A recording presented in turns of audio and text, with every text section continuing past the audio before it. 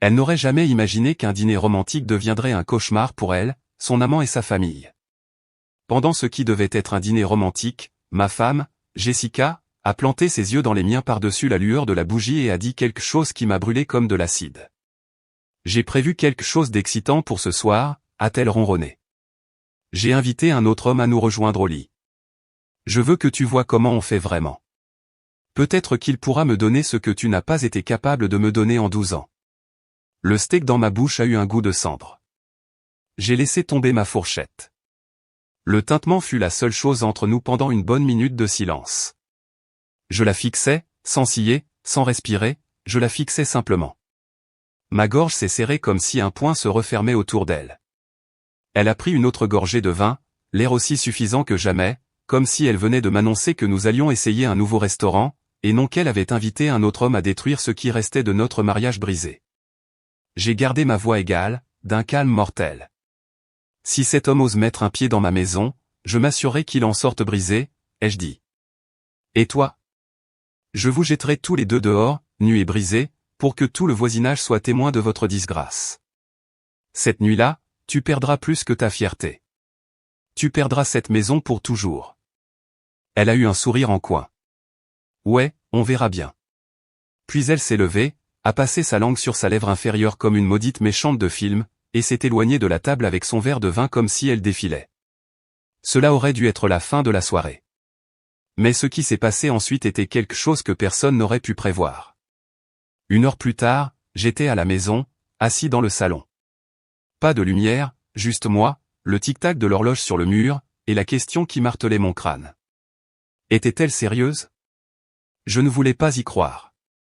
J'aurais dû voir les signes, mais je ne les ai pas vus. J'avais été aveugle. Jessica était plus froide depuis des mois. Des excuses pour ne pas me toucher, pour voyager seule. Des soirées entre filles, qui commençaient à 19h et se terminaient à 4h du matin. Son téléphone était autrefois accessible. Maintenant, il était toujours posé face contre table. Des mots de passe changés. De nouveaux sous-vêtements soudains, des parfums chers que je n'avais pas achetés. Et cette odeur, ce n'était pas pour moi. Mais j'étais un imbécile loyal, croyant encore à 12 ans de vœux. J'ai entendu une voiture s'arrêter.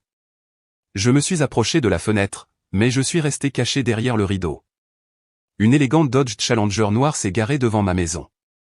Il est sorti, grand, musclé, un sourire suffisant comme s'il avait déjà revendiqué ce qui n'était pas à lui.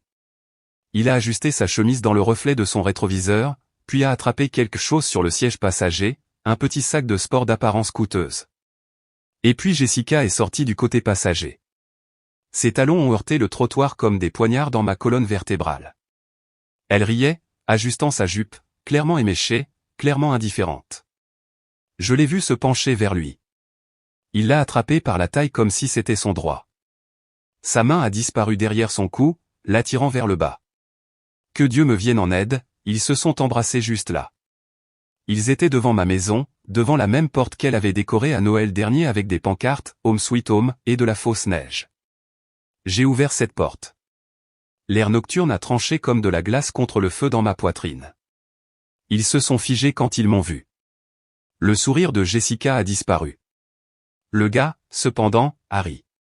Yo, tu dois être le mari, a-t-il dit.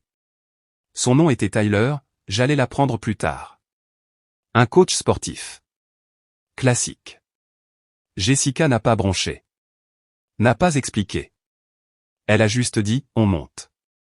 J'ai fait un pas sur le porche, calme comme avant, mais mes doigts étaient serrés si fort qu'ils en devenaient blancs. Tu fais un pas de plus dans ma maison, lui ai-je dit, et tu ne sortiras pas le même homme. Jessica m'a bousculé en passant. Grandis un peu, Daniel.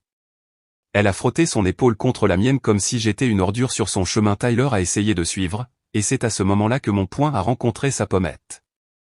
Le son a claqué plus fort que prévu. Il a reculé en titubant, a juré, mais j'étais déjà entre eux. Tu crois que c'est un jeu, ai-je crié. Elle s'est retournée, les yeux plissés. 12 ans d'ennui. Tu crois que ça m'importe si tu pleures maintenant? C'était la goutte d'eau. C'est à ce moment-là que quelque chose en moi a cédé. Pas seulement de la colère, mais une clarté. La clarté que la femme que j'aimais était partie, remplacée, effacée. Et ce qui se tenait à sa place était quelque chose de froid, de calculateur et de venimeux. Je ne l'ai pas frappé. Mais j'ai fait un choix. J'ai attrapé sa valise, celle qu'elle avait faite la veille pour un week-end au spa, et je l'ai jetée sur la pelouse. Tu veux te comporter comme une traînée en public, ai-je dit. Alors vis comme une traînée dehors. Je lui ai claqué la porte au nez. Mais ce n'était pas la fin. Derrière cette porte, autre chose attendait. Quelque chose qui allait tout changer. Le claquement de la porte d'entrée a résonné dans la maison comme un coup de feu. Mais à l'intérieur, il n'y avait aucun soulagement, aucun calme, juste le silence rugissant d'un homme debout dans les décombres de ce qu'il croyait être de l'amour. Je suis resté dans le couloir, respirant fort, les mains encore tremblantes. Dehors, j'entendais Jessica crier à Tyler de l'aider à récupérer sa valise sur l'herbe humide. Elle jurait, se plaignait, me traitait de pathétique. Ça ressemblait à du bruit blanc. Mes oreilles bourdonnaient trop fort pour l'entendre clairement. 12 ans. Et elle a tout jeté comme si ça ne signifiait rien. Je suis monté directement dans la chambre. Le lit sentait encore son parfum. Doux, cher, faux. Le genre d'odeur qui couvre la pourriture. Son côté du placard était encore plein, mais maintenant ça ressemblait juste à un portant de costume pour une femme que je ne connaissais plus. C'est là que j'ai remarqué son deuxième téléphone.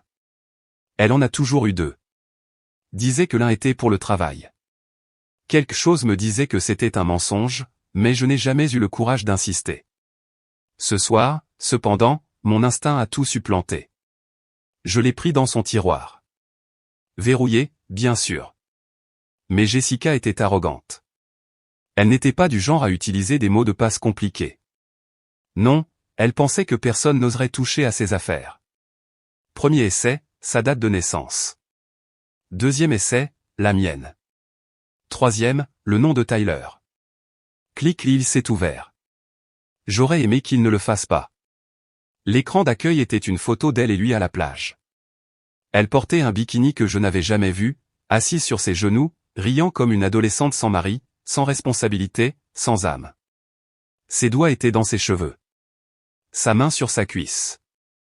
J'ai parcouru les messages. Tous les clichés possibles et imaginables. La nuit dernière était folle. Tu sais ce que j'aime. Je n'arrête pas d'imaginer tes mains. Il n'en a aucune idée. Il pense toujours qu'on essaie de sauver notre couple. Mais celui qui m'a le plus touché était une photo, un selfie. Jessica dans notre lit avec Tyler torse nu derrière elle, faisant un doigt d'honneur à l'appareil photo. Légende, il est en bas. LOL, s'il savait seulement. Je me suis assis sur le bord du lit. Ma vision s'est brouillée. Je n'ai pas pleuré. Je ne pouvais pas. C'était au-delà des larmes. Je me sentais vide, comme si on m'avait évidé la poitrine pour ne laisser que la coquille. La trahison n'était pas seulement physique. Elle était cruelle, intentionnelle, méchante. Elle n'a pas seulement trompé. Elle en a fait un jeu. Quelque chose dont on peut rire, quelque chose dont on peut se vanter. J'ai laissé tomber le téléphone et j'ai fixé le sol. Comment ai-je pu manquer ça? Depuis combien de temps aimais-je un fantôme? Une étrangère dans ma propre maison? Et le pire, c'est que je m'en voulais. Pour avoir travaillé tard, pour ne pas avoir remarqué plus tôt. Pour vouloir encore croire que peut-être, nous pourrions arranger les choses. Mais il n'y a rien à arranger ici. Soudain, j'ai entendu la porte d'entrée s'ouvrir à nouveau. Des pas. Ni les siens, ni les siens. J'ai attrapé la chose la plus proche que je pouvais utiliser comme arme, une vieille batte de baseball dans le coin de la pièce, et je suis descendu à pas de loup. Chaque son était maintenant aiguisé, un craquement de marche, une respiration, une toux. Quand j'ai tourné le coin, j'ai vu mon voisin Chris debout dans le couloir, tenant un sac en papier. Jésus, Dan, a-t-il dit en levant les mains. Je me suis dit que tu pourrais avoir besoin de ça. Il m'a tendu une bouteille de whisky et un paquet de cigarettes. J'ai vu ce qui s'est passé dehors, a-t-il marmonné. Elle est quelque chose, mec. J'ai pris la bouteille en silence. Elle rentre tard souvent ces derniers temps, a-t-il continué, hésitant. Mais tu le sais probablement déjà. Je ne voulais pas m'en mêler. Mais j'ai déjà vu ce type avant. Une fois. Bien sûr qu'il l'avait vu. Tout le monde l'avait probablement vu. J'avais été l'imbécile, le clown, le mari jouant à la maison pendant que sa femme se jouait de moi. J'ai hoché la tête lentement, tenant la bouteille comme si c'était la seule chose qui me maintenait debout. Merci, Chris, ai-je dit. Vraiment. Mais dans ma tête, quelque chose était déjà en train de changer. Ce n'était plus seulement une question de trahison. C'était la guerre, et j'en avais fini de jouer gentiment. Le whisky brûlait en descendant, mais il n'a pas touché le feu qui avait déjà pris racine dans ma poitrine. Je me suis assis dans le salon, la bouteille posée entre mes genoux. Chris était parti depuis longtemps, et le silence était assez épais pour suffoquer. Ce deuxième téléphone était toujours posé sur la table, comme une grenade dégoupillée. Je le fixais, me mettant au défi de regarder à nouveau. Je ne voulais pas plus de preuves. J'en avais assez. Mais une part sombre de moi avait besoin de tout voir. Tout le désordre sanglant. J'avais besoin de savoir jusqu'où allaient ces mensonges. Alors je les rouvers. Des messages de numéros enregistrés sous les noms de « Traiteur »,« Monica » et « Pressigne » inondaient l'écran. J'ai cliqué sur chacun d'eux. Pas des clients, pas des amis, juste plus d'hommes, des noms différents, des nuits différentes. Elle jonglait avec 3, peut-être 4 mecs à la fois. Certains messages dataient de plusieurs mois. D'autres de la semaine dernière. L'un d'eux a attiré mon attention. Un fil de discussion intitulé « Mon plan d'évasion ». C'était une longue et dégoûtante conversation entre elle et un certain Jared. Apparemment, son plan était d'utiliser Tyler pour me faire exploser, provoquer une scène pour qu'elle puisse me dépeindre comme abusif, déséquilibré, un homme dangereux qu'elle devait quitter. Une fois qu'il perdra son sang-froid, écrivait-elle, c'est à moi, la maison, la moitié des comptes. Il craquera et je serai enfin libre. Et Jared répondait, tu mérites mieux. Laisse-le brûler. Elle posait des pièges depuis des mois. Toute cette froideur, cette négligence, ces provocations.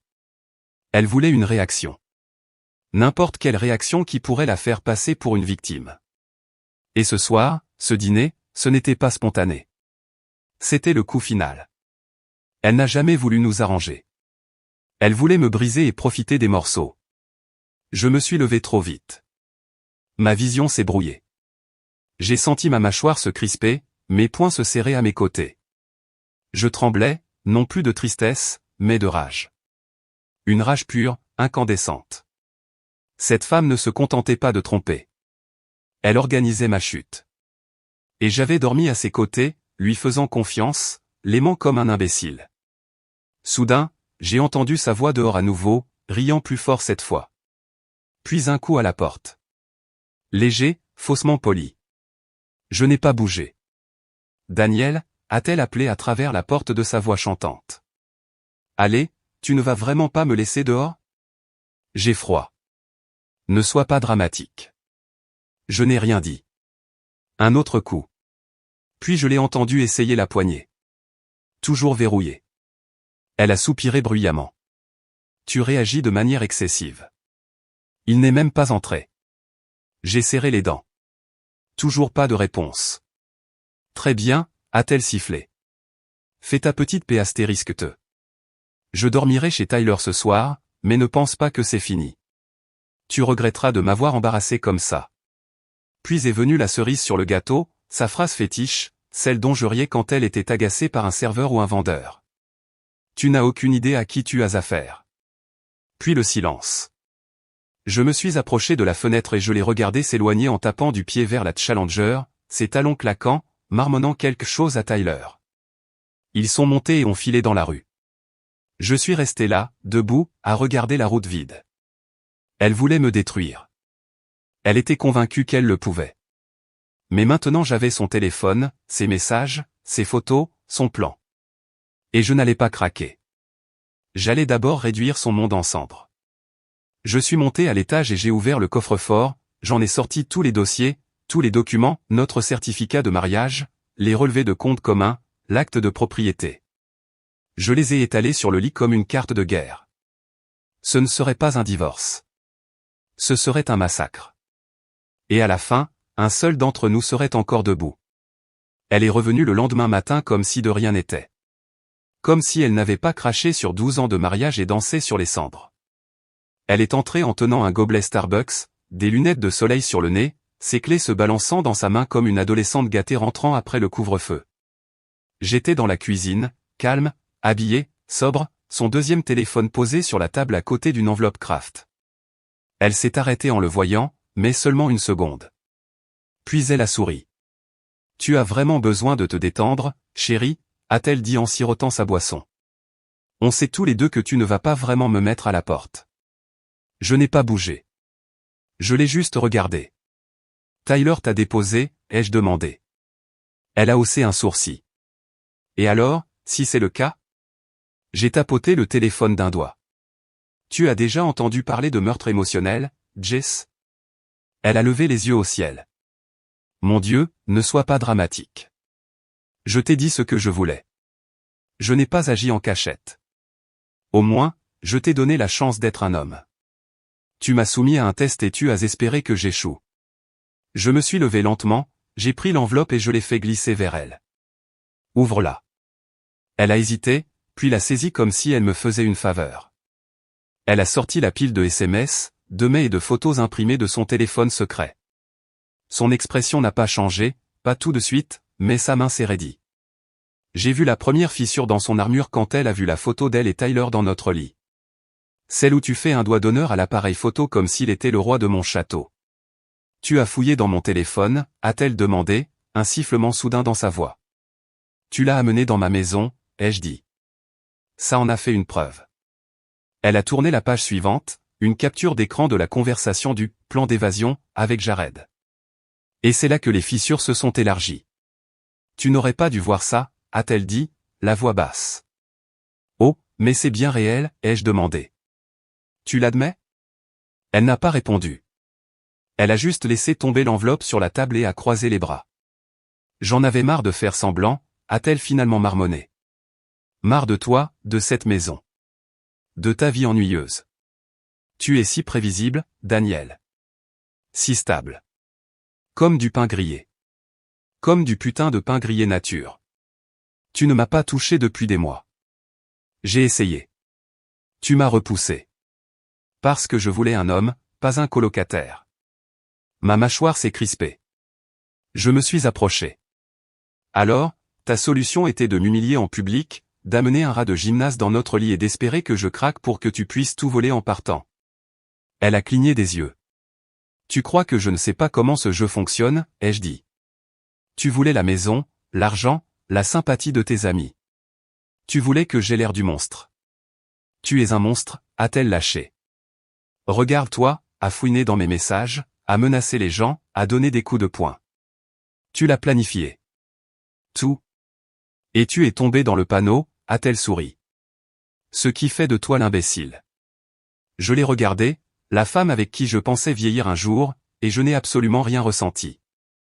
Pas de tristesse, pas de pitié, juste du dégoût. Tu n'es pas la même personne que j'ai épousée, ai-je dit. Elle a haussé les épaules. Tant mieux. Cette fille était faible. Non, ai-je dit. Elle était loyale, aimante. Tu l'as tuée. Son sourire s'est tordu. Et maintenant? Tu penses que tu vas me battre à ce jeu? Vas-y, traîne-moi devant les tribunaux. Je sortirai quand même plus riche. Je me suis penché et lui ai chuchoté à l'oreille. Pas si je frappe le premier. Elle m'a regardé alors, vraiment regardé, et pour la première fois, elle a eu peur. Tant mieux. Parce que je n'étais plus Daniel, le gentil garçon. C'était la guerre, et j'avais déjà fait couler le sang le premier. Jessica n'est pas rentrée cette nuit-là. Elle a envoyé un texto une fois, un message pathétique et sans conviction qui disait « J'espère que tu es prêt à tout perdre. » Tyler a un excellent avocat. Je n'ai pas répondu. Au lieu de ça, j'ai passé la soirée à en rassembler d'autres. J'ai tout copié de son deuxième téléphone sur mon ordinateur portable. Photos, messages, notes vocales, journaux GPS. J'ai même trouvé des reçus de chambre d'hôtel qu'elle avait réservés pendant ses soi-disant voyages d'affaires. L'un daté du soir de notre anniversaire. Pendant que je mettais la table, allumais des bougies et disposais le cadeau qu'elle n'a jamais ouvert, elle était dans une suite king size en ville avec un homme qui utilisait de la poudre de protéines comme de l'eau de Cologne. Chaque ligne avait maintenant un horodatage. Chaque trahison avait des coordonnées. Le lendemain, j'ai rencontré une avocate spécialisée en divorce. Une femme nommée Claire, vive comme un rasoir, qui portait le noir comme une armure. Je lui ai remis le dossier avec l'affaire imprimée de Jessica, et ses yeux se sont illuminés comme si on venait de lui donner le scénario d'un thriller judiciaire.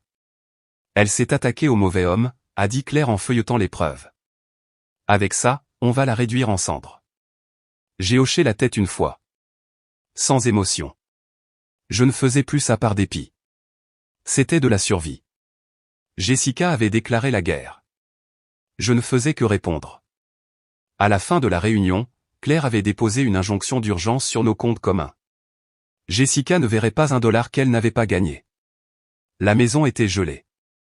Elle ne pouvait ni vendre, ni louer, ni même redécorer une maudite chaise sans autorisation. Cette nuit-là, les messages ont recommencé. Tu es pathétique. Bloquer ma carte. Très mature. Tu crois que tu vas gagner? Tout le monde est de mon côté. Elle était en train de s'effondrer. Je pouvais le sentir à travers l'écran.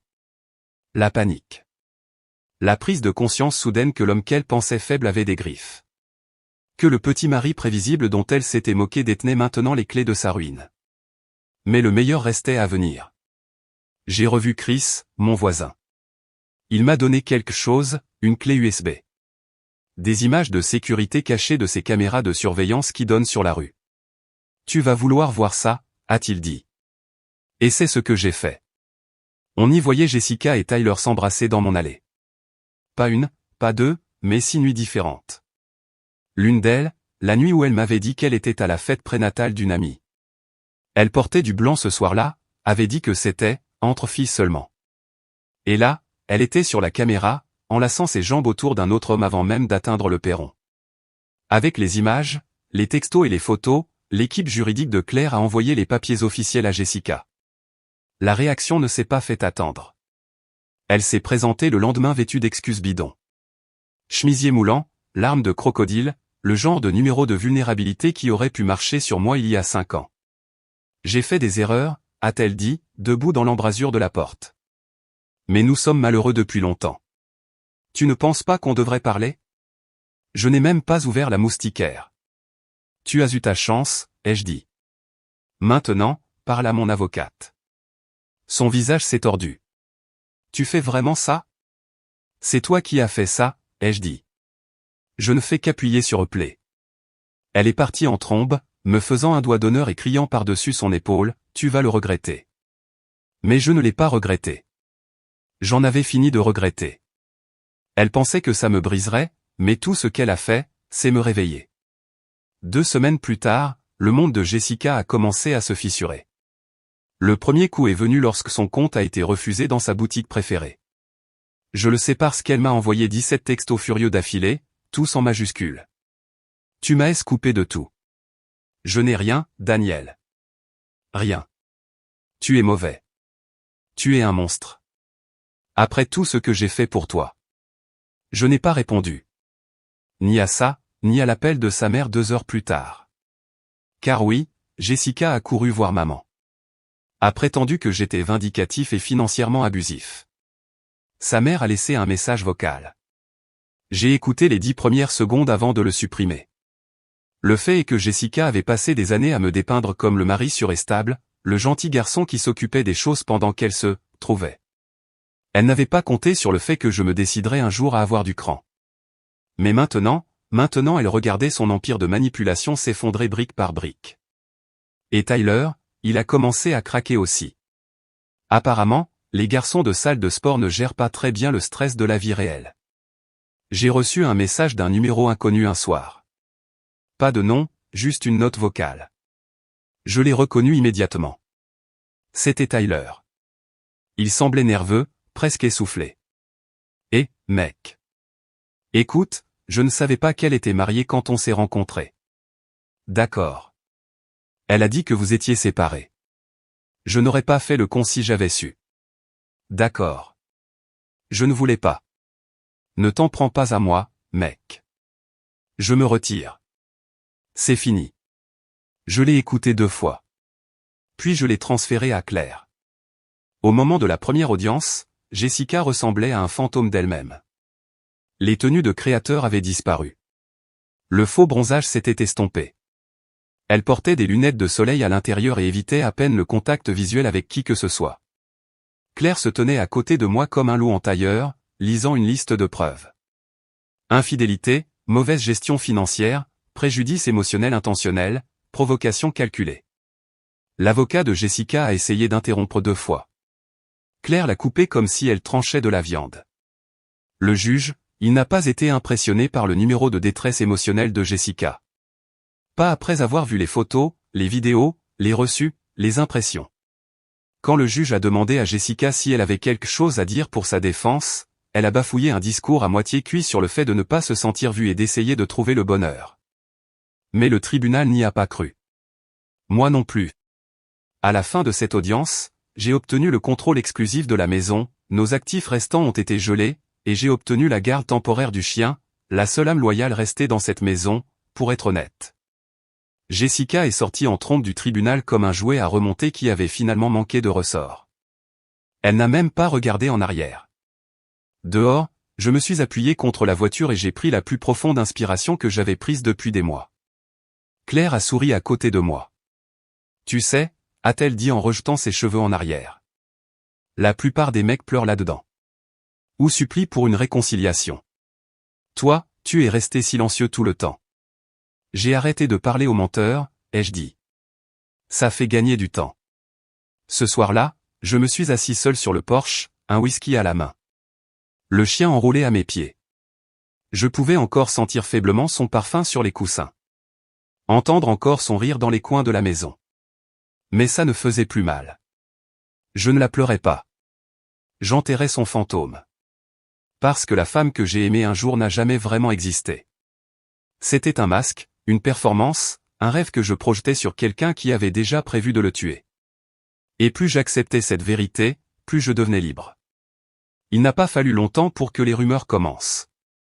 Dans une ville comme la nôtre, le scandale voyage plus vite que le Wi-Fi.